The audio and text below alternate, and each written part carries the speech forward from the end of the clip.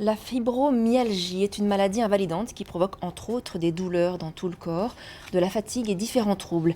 Elle touche 2% de la population et pourtant, en France, elle n'est toujours pas reconnue comme affection longue durée.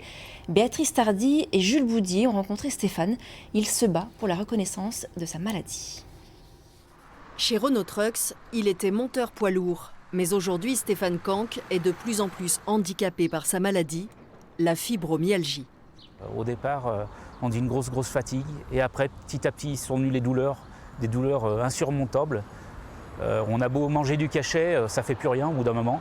Et là, on commence le parcours des hôpitaux, des médecins, pour essayer de trouver ce qu'on a. Il se bat pour que soit reconnue cette maladie qui touche 2% de la population française, soit plus de 1,3 million de personnes. Chez Renault Trucks, les syndicats veulent pouvoir mieux le soutenir. Notre but, c'est de reconnaître la fibromyalgie dans la liste des maladies travailleurs handicapés et pour que les salariés qui sont touchés par cette maladie puissent avoir certains avantages, des jours de congé pour les traitements. Car la fibromyalgie n'est pas une maladie reconnue par la Caisse d'assurance maladie. À l'hôpital Édouard Herriot, Stéphane est suivi par un immunologue spécialiste de ces troubles. 18 points permettent de détecter la fibromyalgie, mais ils ne sont guère enseignés en fac de médecine. Là, ça va? Non. Là? Et ici, celui-là est toujours très douloureux au niveau du coude. Là aussi. C'est pas un point officiel, mais c'est un point qu'on retrouve souvent. Hein. On ne sait pas ce qui se passe, donc on dit que c'est souvent psychologique, psychosomatique. Les douleurs de Stéphane ne sont donc pas dans sa tête, tout comme ses maux de ventre et sa grande fatigue.